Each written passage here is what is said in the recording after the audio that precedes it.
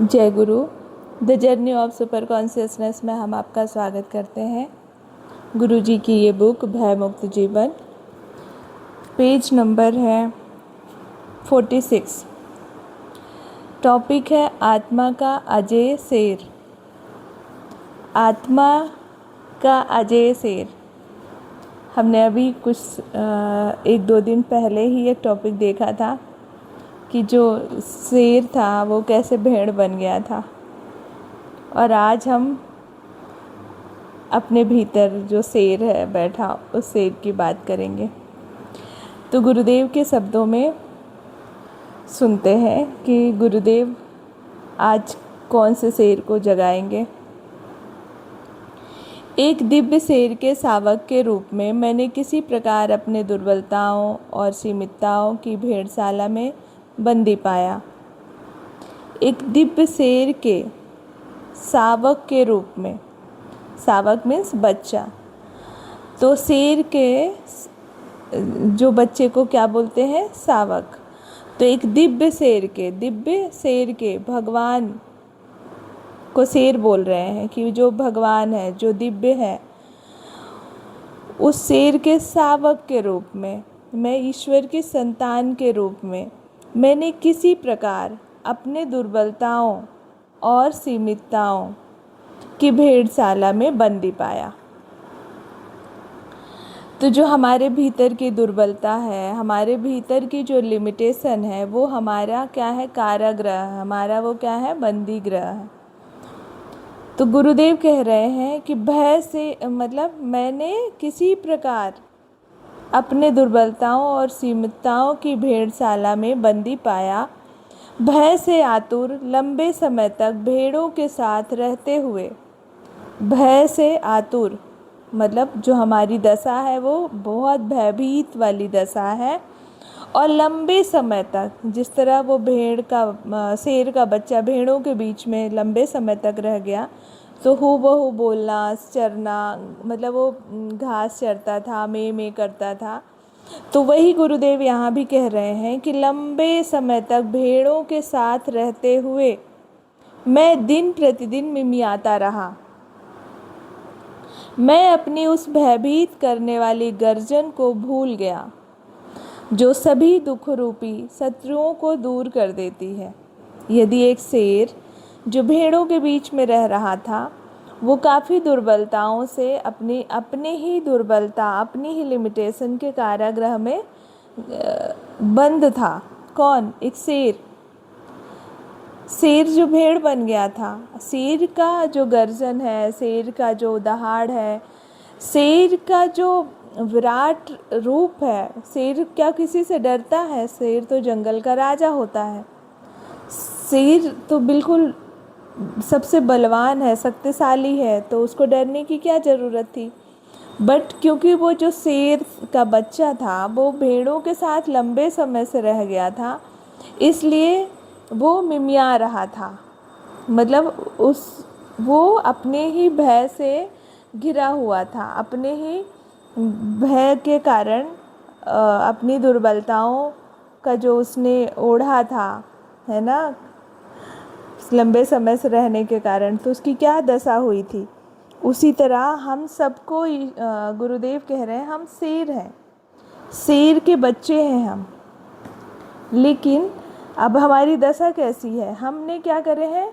मैं अपनी उस भयभीत करने वाली गर्जन को भूल गया हूँ।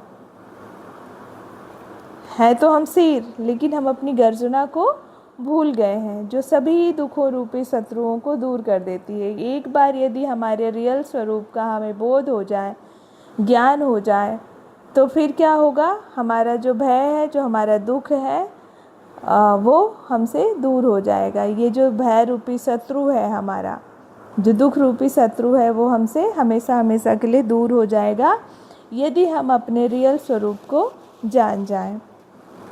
आगे कहते हैं गुरुदेव, हे आत्मा रूपी अजेय शेर, तुम यह कहते हुए मुझे ध्यान रूपी जल स्रोत पर घसीट लाए। तुम एक शेर हो, भेड़ नहीं। अपनी आंखें खोलो और गर्जना करो कि हे आत्मा रूपी अजेय शेर, तुम यह कहते हुए मुझे ध्यान रूपी जल स्रोत पर घसीट लाए। जिस तरह से वो जो शेर, रियल वाला शेर था, वो भेड़ वाले शेर को घसीटते हुए ले गया और जल के स्रोत में उसका बोलता है, देखो, अपने आप को देखो कि तुम्हारा और मेरा फेस सेम है, मैं और तुम सेम दिख रहे हैं। जब उसने देखा, भेड़ वाला शेर जब देखा पानी में कि हाँ, ये सच में यही इस शेर के जैसा मेरी भी शक्ल है, तब उसने दहाड़ा और उसको बिलीव हुआ और वो धीरे धीरे छलांग लगाना सीखा, प्रैक्टिस किया। उसी तरह से गुरुदेव कह रहे हैं कि मुझे ध्यान रूपी जल स्रोत पर घसीट लाए। ध्यान करने से हमारा जो वास्तविक स्वरूप है उसका हमें बोध होगा। कहते हैं तुम एक शेर हो, भेड़ नहीं। अपनी आंखें खोलो और गर्जना करो, अपनी वास्तविकता को पहचानो। तुम ये जो लिमिटेशन बना रखी है, तुम एक चेतना हो, विराट अस्तित्व के साथ मर्ज हो सकते हो। तुम्हारी संभावना बहुत बड़ी है, लेकिन तुम इस देह में बंध कर रह गए हो। आपके द्वारा आध्यात्मिक पिपासा की बलपूर्वक झकझोरों के उपरांत मैंने शांति के स्फटिक की भांति निर्मल जल में निहारा। देखो, ओ, अपने चेहरे को आपके चेहरे के समान देखा। गुरुदेव क्या कह रहे हैं कि आपकी जो आध्यात्मिक पिपासा थी, वो बलपूर्वक झकझोरों के उपरांत, उस शेर ने भी उसको झकझोरा था। पहली बार में तो उसने आंखें बंद कर लिया था, लेकिन जब उसने फिर से ज़ोर से झकझोरा, अचानक से उसकी आँख खुली तो उसने देखा जल में कि मेरा और इनका चेहरा सेम है। उसी तरह गुरुदेव कह रहे हैं कि बलपूर्वक झकझोरों के उपरांत, उसके पश्चात मैंने शांति के स्फटिक की भांति, स्फटिक क्या होता है? एकदम ट्रांसपेरेंट होता है, उसके आर पार दिखता है, तो वही बोलते हैं स्फटिक की भांति निर्मल जल में निहारा। किस में निहारा? शांति में। शांति रूपी जो स्फटिक है उसमें स्पष्टता आई, उसमें क्लैरिटी आई। तो देखा, ओ, अपने चेहरे को आपके चेहरे के समान देखा। अब मैं जानता हूँ कि मैं ब्रह्मांडी शक्ति का एक शेर हूँ। आओ अब और अधिक न मिमिया कर मैं आपकी सर्वशक्तिशाली आवाज़ की प्रतिध्वनियों द्वारा दोष रूपी वन को कंपित कर देता हूँ।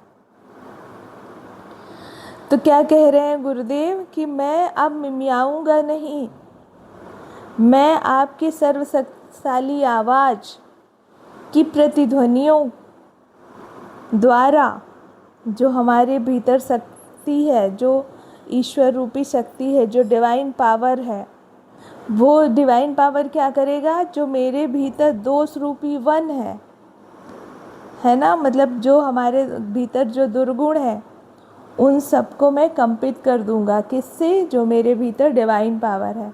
जब हम अपने डिवाइन पावर को पहचान गए हैं तो हमारे भीतर जो दुर्गुण है अब उससे डरने की ज़रूरत नहीं है, वो धीरे धीरे रिप्लेस हो जाएंगे, इरेज हो जाएंगे।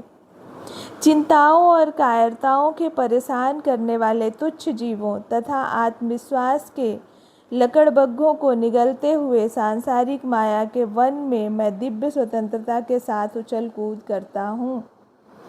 चिंताओं और कायरताओं के परेशान करने वाले तुच्छ जीवों, मतलब चिंता और कायरता को क्या बोला है? ये एक परेशान करने वाले तुच्छ जीव है। जो भी व्यक्ति चिंता से घिरा है, जो व्यक्ति कायर है, साहसी नहीं है, करेजियस नहीं है, उनको क्या बोल रहे हैं? तुच्छ जीव बोल रहे हैं। ये परेशान करने वाले तुच्छ जीव हैं। तो बोलते हैं तथा अविश्वास के लकड़बग्घों को, अविश्वास जो भरोसा नहीं करता किसी बात पे, हमेशा ही शंकाओं में भरा रहता है, उसको बोलते हैं लकड़बग्घा। बोलते हैं कि अविश्वास के लकड़बग्घों को निगलते हुए, मतलब इन लकड़बग्घों को मैं निगल जाऊंगा। अविश्वास रूपी लगड़बग्गा, मतलब हर बात में शंकित रहना, अविश्वास से भरे रहना, किसी पे भरोसा नहीं करना। तो बोलते हैं इनको निगलते हुए सांसारिक माया के वन में, इस संसार को, इस माया को क्या बोला? वन बोला, मैं दिव्य स्वतंत्रता के साथ।